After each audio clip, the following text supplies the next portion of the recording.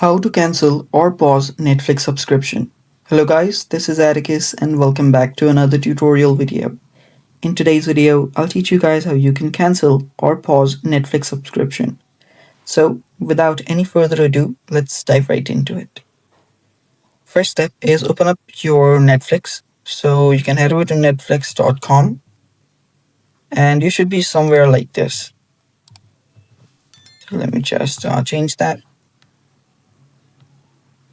So you should be somewhere like this after you open up your Netflix. Now here, if you find a settings icon or a simple, account section, head over there. If you don't, just go to your URL, erase this, and here type in account. So just type in netflix.com/account, then hit enter, and you should be somewhere here.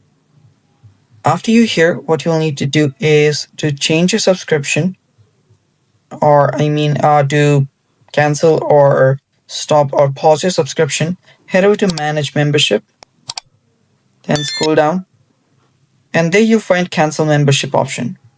Tap on it to cancel or pause your subscription. You will find a pause option somewhere around here as well. Just look for it. And yeah, that's all for today's video. Thanks for watching. Stay tuned for more and bye bye. Take care.